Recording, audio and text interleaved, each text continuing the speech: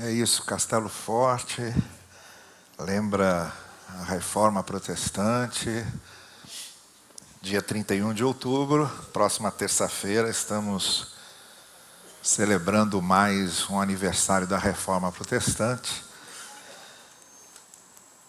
E eu me lembro muito de um desenho que foi publicado por um jornal no dia 31 de outubro, com Martinho Lutero em frente à Capela de Wittenberg, onde ele fixou as 95 teses.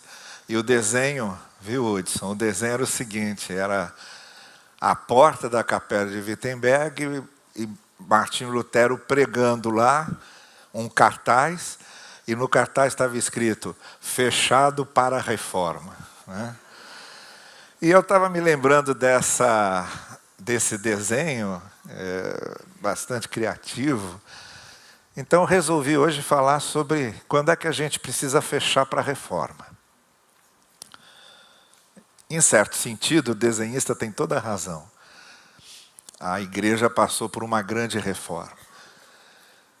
E os reformadores adotaram um princípio no século XVI, que ficou valendo como um norteamento para tudo aquilo que estava sendo reformado, ou reformulado.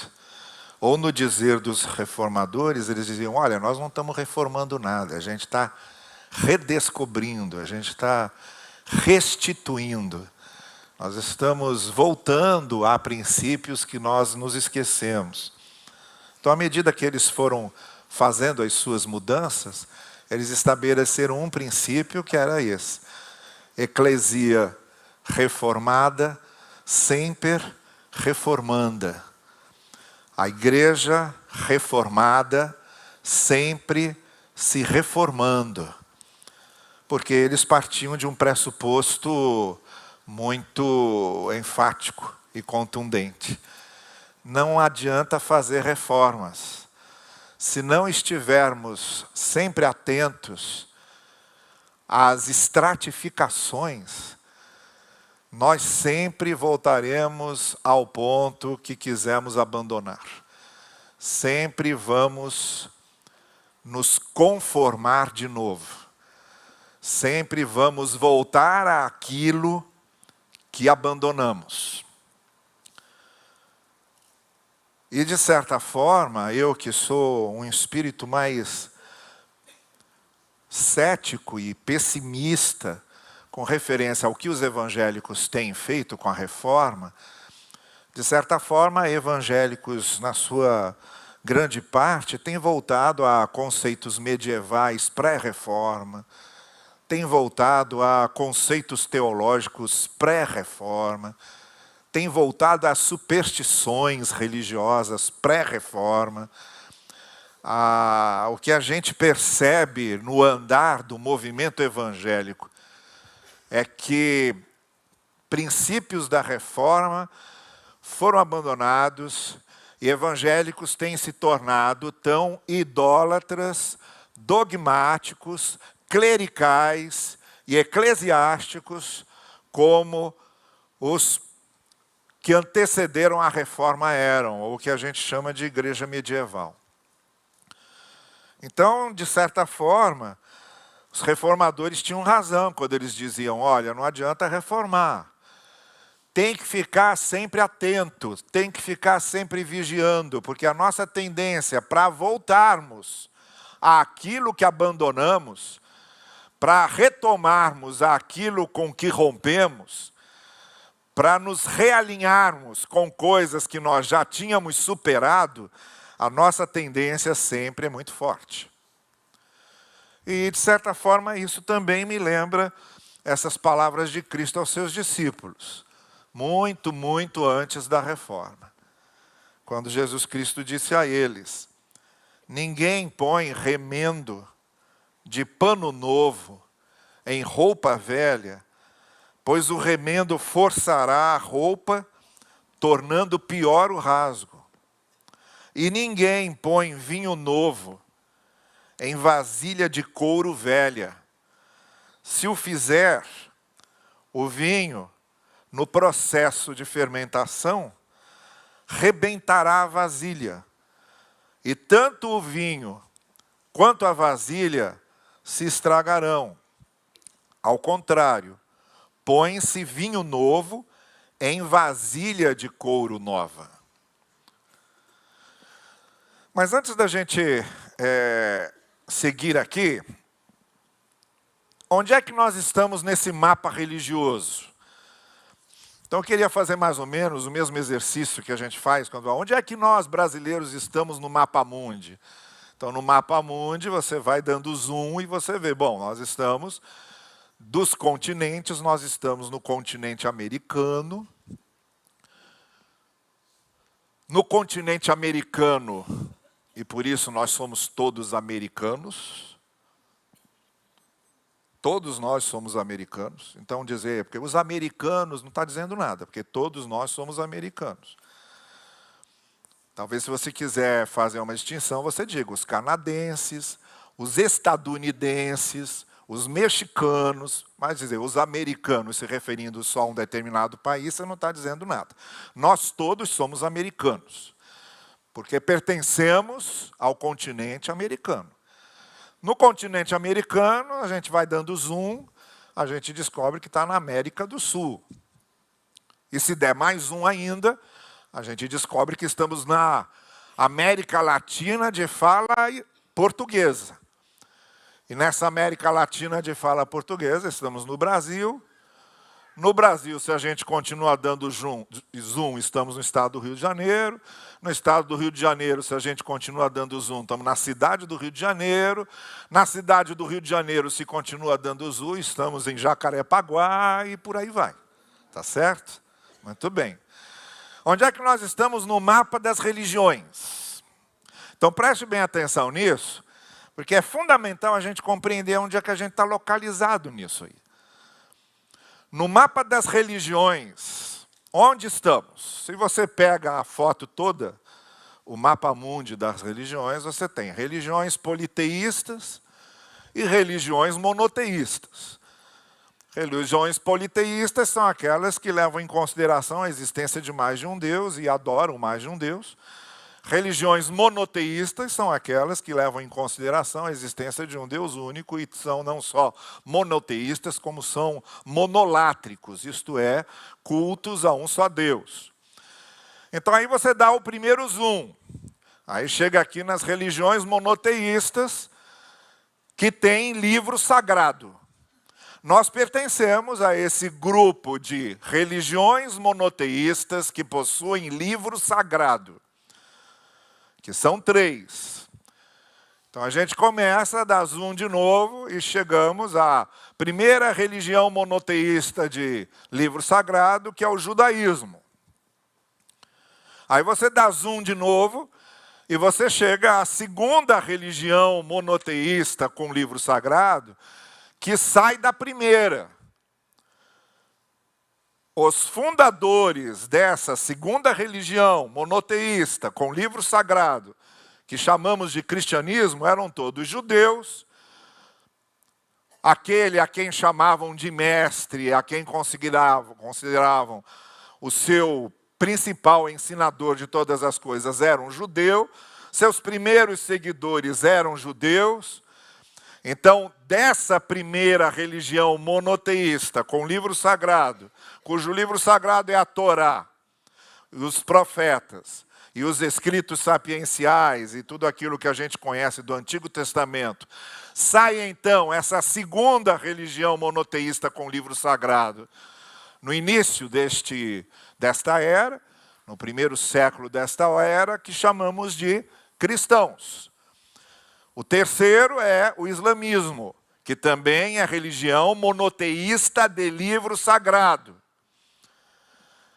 cujo livro sagrado é o Corão, não Alcorão, porque o al é o artigo. Se você diz o Alcorão, você está dizendo o Corão. Não. Ou você diz Alcorão, ou você diz o Corão, porque o al já é o artigo. Aliás, a gente recebeu no português várias palavras de origem árabe aí que vêm disso, né? com al na frente, alfarrábio. Bom, não me ocorre mais nenhum, ao banheiro, qualquer coisa assim. Bom, mas você diz, vou ao banheiro, é árabe isso. Bem, agora, nessa, a gente dá zoom, então nós somos cristãos, que são a religião monoteísta com livro sagrado, cujo livro sagrado é o Novo Testamento. Mas aí a gente precisa dar zoom de novo. E quando a gente chega no que é chamado de cristianismo, nós vamos encontrar outras subdivisões. As 3 principais subdivisões são as seguintes. Primeiro, a Igreja Romana, que é a mais antiga. Está aí desde ano 300, mais ou menos, tem 2000 anos. Que é a mais antiga, o que nós conhecemos como Igreja Romana. Da Igreja Cristã Romana, sai a primeira divisão, no ano 1054, quando os cristãos do Oriente se separam dos cristãos do Ocidente e criam a Igreja Ortodoxa. Então, o segundo tipo de cristianismo é o cristianismo ortodoxo. Você tem cristianismo romano, cristianismo ortodoxo, do lado oriental. E você tem o terceiro tipo de cristianismo, que vai surgir no século XVI, mais especialmente a partir de 1516, com o movimento de Martinho Lutero, que são os protestantes. Aqueles que protestavam contra a Igreja Romana, ou alguns ensinos da Igreja Romana. Desse movimento do século XVI, chamado protestantismo, vem o que nós chamamos de Igreja Protestante, ou de protestantes.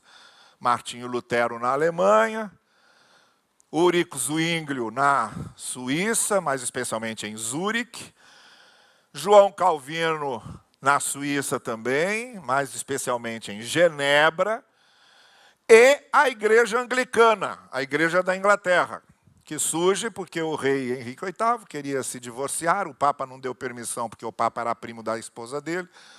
Então aí o rei Henrique VIII torna a Igreja da Inglaterra independente, separada de Roma, para ele poder se divorciar e casar de novo. Quem é rei manda. Então nasce a Igreja Anglicana, que vem até hoje, cujo chefe da Igreja Anglicana é o rei da Inglaterra, continua até hoje como rei da Inglaterra. Ok, vamos dar outro zoom. Agora vamos lá para a Igreja Anglicana, então, na Inglaterra, século XVII, quase 100 anos depois da Reforma Protestante. De dentro da Igreja Anglicana, surge um movimento de igrejas separatistas, que defendiam que cada congregação devia se auto-administrar, se autogerir, se autocuidar. Não aceitavam clero, não aceitavam igreja estatal, não aceitavam um Estado adotando uma religião, não aceitavam um Estado adotar uma religião, defendiam a liberdade religiosa que a pessoa tinha para escolher o que quisesse crer, até não crer em nada se ela não quisesse. Defendiam a separação entre igreja e Estado. E esse grupo de igrejas separatistas, que começam a surgir no século XVII, surge então o que hoje nós chamamos de denominações históricas. Todos eles nascem nessa mesma época. Congregacionais, presbiterianos, metodistas, batistas. Todos eles na mesma época. E aí dá-se o movimento natural de deslocamento da Inglaterra para outros países, muito especialmente para as colônias americanas. E das colônias americanas, então, começam a se espalhar para outros lugares da América Latina. Então, nós temos no Brasil esses que não chamamos, então, de protestantes. Protestantes são os que estão ligados direto à reforma luterana ou à reforma calvinista. Por isso que esses nós chamamos de evangélicos, são protestantes de uma segunda geração, vieram no século XVII. são evangélicos. Nessa nomenclatura, herdaram alguns princípios da Reforma Protestante, mas criaram sua própria identidade. Dentre esses evangélicos, vamos fechar o zoom, a gente chega então nos batistas. E aí você diz, finalmente então chegamos, né? Nesse mapa aí, dá zoom, nada, chegou nada. Chegou nada. Você tinha os batistas gerais, que defendiam que Cristo morreu por todos, e você tinha os batistas particulares, que defendiam que Cristo morreu só pelos eleitos. Isso na Inglaterra ainda. E depois os batistas foram se multiplicando, de maneira que hoje, o que chamamos de Aliança Batista Mundial, reúne batistas do mundo todo, e a Aliança Batista Mundial possui no seu organismo mais de 60 denominações batistas, de todos os tipos. Batistas que guardam o sábado, batistas predestinistas, batistas chamados das duas sementes, batistas e batistas e batistas. Então dá zoom de novo. E nós somos que batistas? Nós somos batistas ligados à chamada Convenção Batista Brasileira. E você, bom, então resolveu, chegamos, finalmente fechou o zoom. Não fechou não. Não fechou não. No Brasil nós temos a Convenção Batista Brasileira, temos a Convenção Batista Nacional, temos a Convenção Batista Fundamentalista, temos, pelo menos no Brasil, cerca de 10 a 12 convenções batistas diferentes. Nós todos pertencemos à Convenção Batista Brasileira. O que a gente tira desse mapa? O que eu tiro desse mapa é que o mínimo que a gente precisa ter diante disso tudo é de humildade. Humildade. Sabermos que nós não caímos do céu. Somos um grupo religioso como outros tantos grupos religiosos evangélicos. Ou outros tantos grupos religiosos batistas. E nem todos pensam como todos. Os batistas se distinguem em muitas formas de pensamento. Mas muita humildade para reconhecermos que nós pertencemos a um ramo religioso que tem outros ramos antecessores, que nos identificamos em fé, em compreensão com alguns, nos distinguimos de outros, e ninguém, absolutamente ninguém, é autêntico representante de Deus na Terra. O único autêntico representante de Deus na Terra foi o Senhor Jesus Cristo. Todos nós tentamos segui-lo, compreender os seus ensinos e colocá-los em prática. Então nós precisamos ter muita humildade, muito respeito, diálogo aberto, interreligioso. Nós somos muito parecidos com os católicos em muitas coisas. Eles também são monoteístas como nós somos. Eles também creem na Trindade como nós cremos. Também creem no sacrifício expiatório de Cristo como cremos. Creem na salvação através desse sacrifício como cremos. E tem outras diferenças que nós não temos. Mas nos tocamos em muitos pontos. Então é possível esse diálogo religioso. Por exemplo, diante de um islâmico, de um muçulmano, ele vai ter dificuldade de entender que você crê num Deus só. Ele tem muita dificuldade de aceitar que você é monoteísta. Quando você fala sobre trindade, por exemplo. Para um islâmico, você dizer que crê num Deus que é um só, mas ao mesmo tempo é Pai, Filho e Espírito Santo, são três que são um só, nem você compreende isso direito, como é que você vai querer que um islâmico compreenda? Então ele olha para você e vai dizer, não, você é politeísta. Monoteísta sou eu que digo que há um só Deus e Alá é seu único profeta. Então nós temos essas diferenças. Temos que saber compreender essas diferenças, temos que saber respeitar essas diferenças e, principalmente, temos que saber dialogar com essas diferenças. Partindo do ponto em que nos tocamos.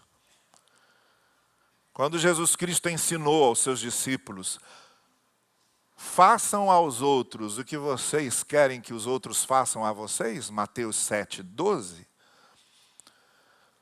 o rabino Hilel, que era contemporâneo de Jesus, dizia a mesma coisa. Só que ele negativava isso. Ele dizia, não façam aos outros o que você não quer que os outros façam a você. 300 anos antes de Cristo, Confúcio já tinha dito isso. Não faça aos outros o que você não quer que o outro faça a você. O budismo diz isso. O jainismo diz isso. O islamismo diz isso. É uma regra áurea que as religiões repetem e são recorrentes nela. De convívio com o outro, a modo a fazer ou não fazer ao outro o que você gostaria que o outro fizesse ou não fizesse com você. É uma regra áurea de todas as religiões praticamente. Que significa que já é um ponto de contato que temos com todas elas. A reforma protestante trouxe de importante nisso não nos tornar um grupo isolacionista, como se fôssemos os únicos com a verdade absoluta, não nos tornar alguém isolados de qualquer tipo de diálogo, de convívio, de troca. Não foi isso que a reforma quis fazer. Aliás, Lutero nem queria sair da Igreja Católica. Lutero queria que a Igreja Católica se ajustasse a algumas coisas que ele entendia já não valiam mais. Mas Lutero, por exemplo, que dizia que a Bíblia era a autoridade, quando ele encrencou com Tiago, ele tirou Tiago da Bíblia. Na tradução que ele fez para o alemão, ele fez sem Tiago. Depois encrencou com Hebreus, tirou Hebreus da Bíblia. Então ele dizia que a Bíblia era autoridade, mas ao mesmo tempo ele se sentia livre quando ele dizia, estava lá, falando, olha, não são as obras que salvam é a graça, não são as obras que salvam é a graça. Aí de repente ele lia lá em Tiago, porque obras sem fé, porque fé sem obras não significa nada. Aí ele falou, Tiago está mais me atrapalhando do que ajudando. Aí tirou Tiago. Aí depois se reconciliou com Tiago de novo, trouxe Tiago de volta, e hoje os luteranos usam Tiago sem problema. Mas falava da autoridade das Escrituras.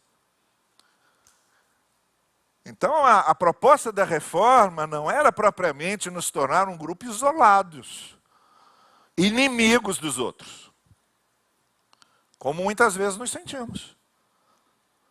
Como se tivéssemos sido chamados para ser inimigos dos outros. Bem, do que realmente Jesus Cristo quer que sejamos inimigos? O que é que Jesus Cristo diz aos seus discípulos que realmente não serve mais? O que é que Jesus ensina aos seus discípulos que devemos ter nosso olhar voltado sempre para fazer esse julgamento criterioso do que pode ser absorvido e do que pode ser rejeitado? É nesse sentido que, quando Lutero fez a reforma, ele estava pensando nisso. O que não faz mais sentido aqui com o Evangelho? O que não corresponde mais ao que o Evangelho, na sua essência, está ensinando? E Jesus Cristo, que veio trazer o Evangelho em essência para a gente, quando ele diz assim, olha, não adianta botar remendo novo em pano velho, ou não adianta botar vinho novo em odre, ou vasilha de couro velha, porque não vai dar certo, é preciso reformar o conteúdo.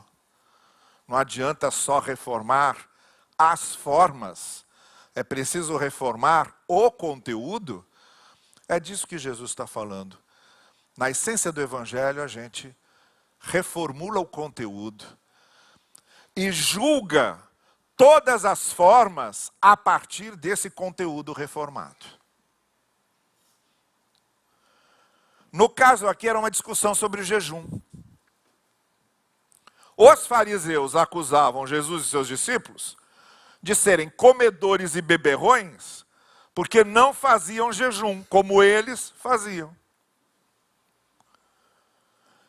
E aí Jesus disse, mas qual é o conteúdo do jejum? Qual é o sentido do jejum? Pelo que eu saiba, Jesus, como judeu que era, o jejum era um ritual ligado ao judaísmo.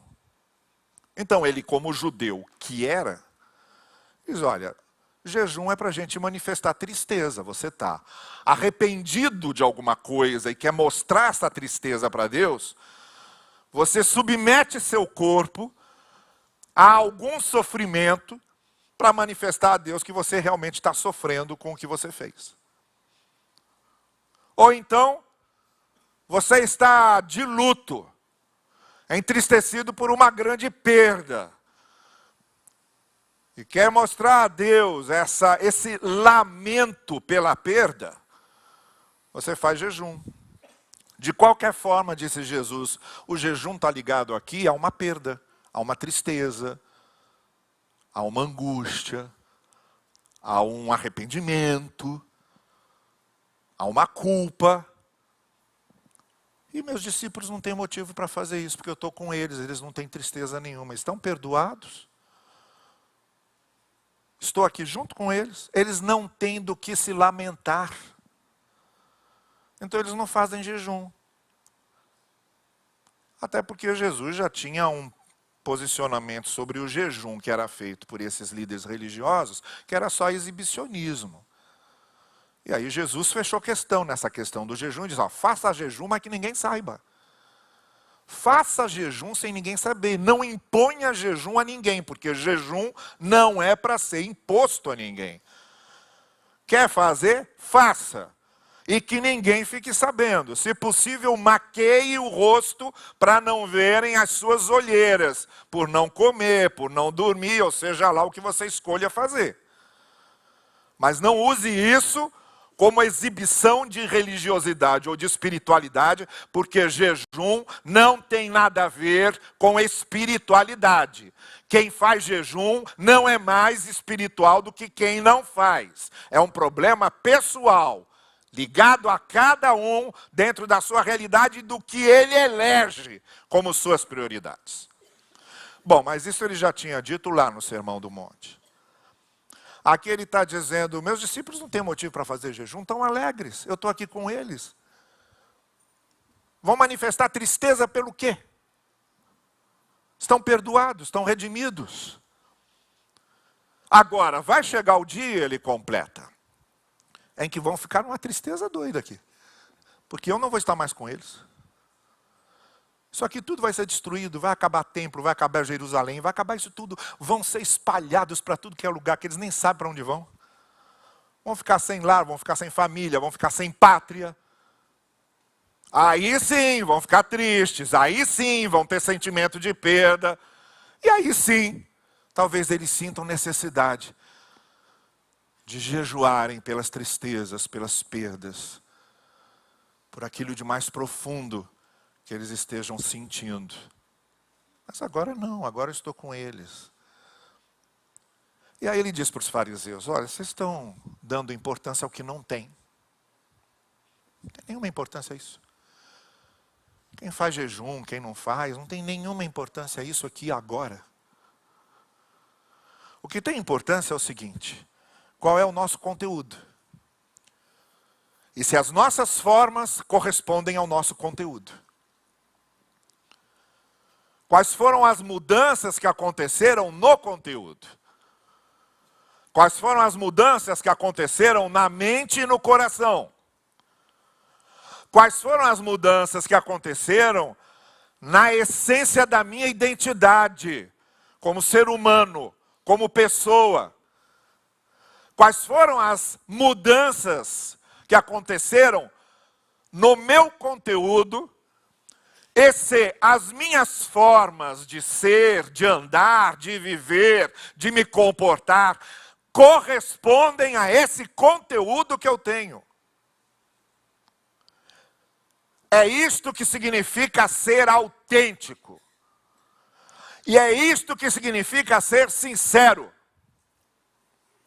Se você vive uma fantasia, está vivendo uma forma, ou assume uma forma que não tem nada a ver com seu conteúdo, você está apenas atendendo um apelo popular, você está apenas querendo se exibir, você quer apenas cumprir um ritual, você quer apenas ser aceito pelo grupo. E aí assume uma forma que não tem nada a ver com seu conteúdo, isso é hipocrisia, isso é insinceridade. Isso é tudo que você pode chamar de não evangelho e não religioso. Mas se você quer viver espiritualidade autêntica, evangelho autêntico, pergunte-se primeiro se você está vivendo só uma aparência, se você está vestindo só uma fantasia, se você está usando só uma máscara, e como é que está realmente o seu conteúdo. Se há conteúdo aí. Se esse conteúdo aí foi mudado, se esse conteúdo aí está sendo conduzido pelo Evangelho. Porque senão, é remendo velho, é remendo novo em roupa velha, é vinho novo em odre velho. Não adianta nada. Não vai dar em nada. Você está vivendo uma mentira. Está enganando a si mesmo. E não tem nada a ver comigo, de Jesus, nem tem a ver com o que eu estou ensinando. Então a grande preocupação dos reformadores, como a grande preocupação de Cristo e dos discípulos de Cristo, e deve então continuar sendo a grande preocupação nossa hoje, é fazermos sempre esta pergunta. Isso é tudo um monte de formas? É só um monte de aparências? É só um monte de ritos e liturgias? Ou tem conteúdo aqui dentro? Ou tem evangelho verdadeiro aqui dentro? O meu conteúdo está bem formado, está bem estruturado, e a partir do meu conteúdo se prolongam as minhas formas, se prolongam o meu comportamento, a minha conduta, o meu andar. Um é prolongamento e decorrência do outro ou não? É disso que Jesus está falando. E é disso que o Evangelho fala. E é disso que a Reforma falava. Quando Lutero foi a Roma, a primeira vez que ele foi a Roma, ele já era monge agostiniano, na Alemanha, porque Lutero era alemão. É o fundador da igreja luterana. Que você tem hoje, a igreja luterana, inclusive é a igreja oficial do Estado alemão. Os pastores luteranos são pagos pelo Estado alemão. Os impostos dos cidadãos luteranos, cidadãos alemães, servem também para pagar os salários dos pastores da igreja luterana. É tudo estatal. Mas Lutero, antes disso tudo, era só um monge, foi designado para ir a Roma. Para ele foi um privilégio, ele estaria no lugar em que Pedro e Paulo foram sacrificados, no lugar em que tinha nascido o cristianismo ocidental. Poderia pela primeira vez ver o bispo de Roma, o papa da igreja. Ele se sentiu muito prestigiado com isso. Ele estava tão empolgado com essa ideia, que quando estava a pouca distância de Roma, de cima de uma colina, quando ele viu a cidade de Roma lá mais adiante, ele desceu do cavalo, ele se ajoelhou, ele beijou o solo e disse: salve Dea Roma, salve Roma divina. E aí entrou em Roma. E depois convivendo em Roma com os clérigos, com os líderes religiosos, Lutero foi tendo a mesma impressão que Jesus teve de todos os líderes, sacerdotes, escribas e mestres da lei judaicos. Era tudo uma capa. Houve um jantar que escandalizou mais propriamente Lutero, muito cioso de tudo aquilo, muito verdadeiro e sincero na sua espiritualidade. Ele sabia porque que ele tinha entrado num mosteiro, ele sabia o que ele estava buscando. Houve um jantar em que sentaram-se lá várias autoridades do clero romano e começaram a contar sobre as missas que eles conduziam. E eles conduziam a missa em latim.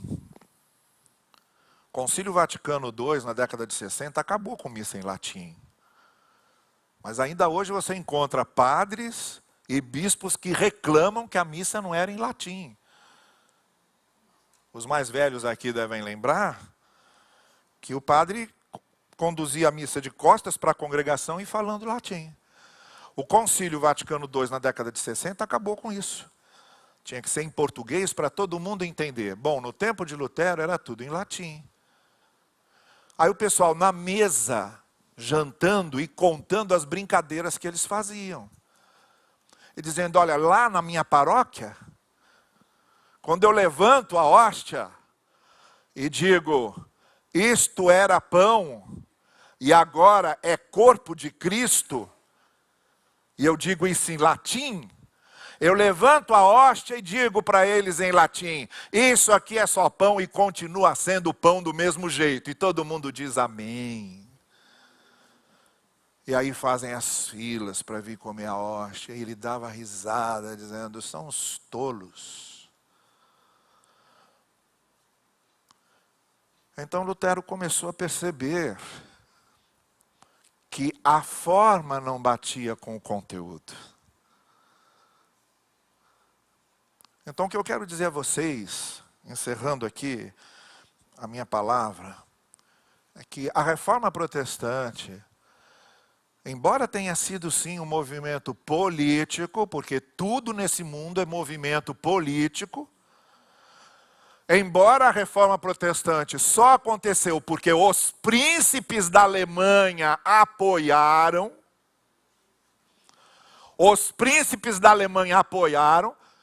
se a classe dominante política não tivesse apoiado, Lutero ia para a prisão e para a fogueira, como foram todos os outros antes, mas a classe dominante política apoiou, porque eles queriam nacionalizar a igreja, não tinha nada a ver com questão teológica. Não entendiam nada daquilo de teologia que Lutero estava falando. Para eles o interesse era nacionalizar a igreja para não precisar mais mandar dinheiro para Roma, segurar o dinheiro na Alemanha. Isso que era o interesse dos príncipes alemães. Então apoiaram Lutero. Foi, sim, um movimento político. E só deu certo porque era um movimento político. Porque tinha apoio da classe política dominante. Dos príncipes alemães. Mas para Lutero era sincero. Foi, além de ser um movimento político, foi, do coração de Lutero, uma luta pelo conteúdo. Uma luta por aquilo que Lutero descobriu no Evangelho. Lutero também teve seus problemas. Não vamos mistificar Lutero. Não tem nada que mistificar Lutero. Ele não foi nada, além daquilo que ele foi. Na hora que os camponeses quiseram fazer uma revolta contra os maltratos que eles recebiam dos príncipes alemães, dos grandes proprietários de terras. E quando Lutero percebeu que se desse apoio para os camponeses, perderia o apoio dos príncipes alemães, Lutero não pensou duas vezes. Escreveu aos príncipes da Alemanha dizendo, vocês precisam acabar com essa revolta. Acabem com esses camponeses como a gente acaba com cães furiosos. Foi essa a carta de Lutero para os príncipes da Alemanha. Ele tomou partido, toma o partido da classe dominante. E a partir de então, a igreja luterana se tornou uma igreja ligada só a classes dominantes, sem quase nenhum contato com os pobres e oprimidos. Mas por escolha de Lutero. Porque ele precisava do apoio dos príncipes alemães. Quer dizer, desde sempre, e até o fim do mundo, quem lida com religião precisa ter sempre muito cuidado para não ser conduzido pelos interesses políticos.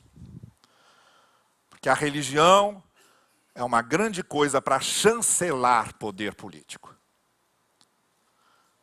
E a isso Lutero não resistiu. Mas o objetivo inicial de Lutero com a reforma era motivo de conteúdo. Era questionar como é o nosso conteúdo. Se as nossas formas correspondem ao nosso conteúdo. E hoje, quando a gente está falando em reforma, eu acredito que deve continuar sempre sendo a nossa preocupação. Sempre. Sempre. Esta grande pergunta deve sempre imperar em nossos corações e em nossas mentes. Como é o meu conteúdo? O que o Evangelho está fazendo com o meu conteúdo? Se as minhas formas de ser e de andar e de viver e de conviver têm a ver com o conteúdo do Evangelho em mim. É esta reforma que precisamos sempre.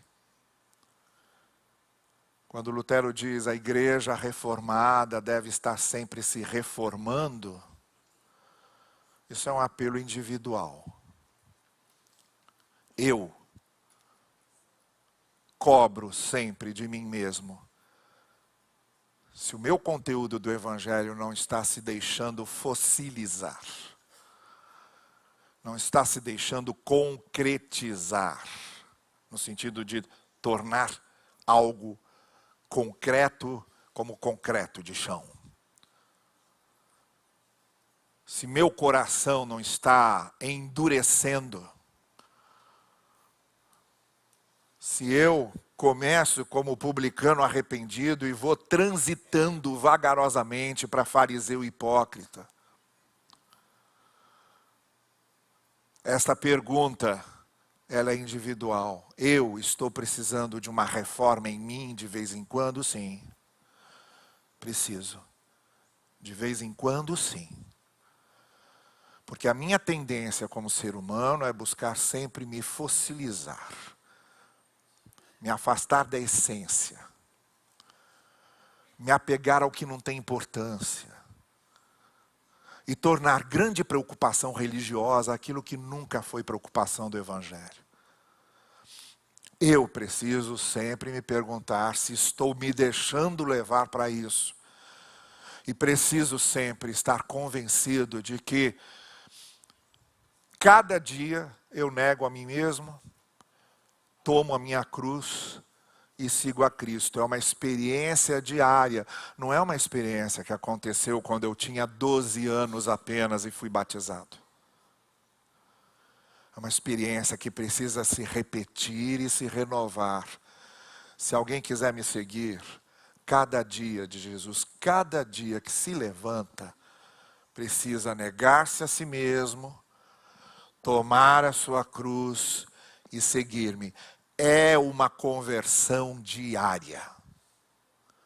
É uma conversão constante. É uma conversão sempre renovada. E é disso que Jesus estava falando. Não se deixem transformar em vinho velho. E nem se conformem com os odres novos. Não se deixem transformar em vestes velhas e nem se conformem com os remendos novos. Mas deixem-se sempre reformar e transformar a cada dia pela essência do Evangelho e pelo efeito transformador de conteúdo que a essência do Evangelho promove em nós. Que nesse dia da reforma nos sintamos pessoalmente desafiados a isso. Que o Senhor assim nos abençoe. Amém. O grupo de louvor vai nos conduzir aqui.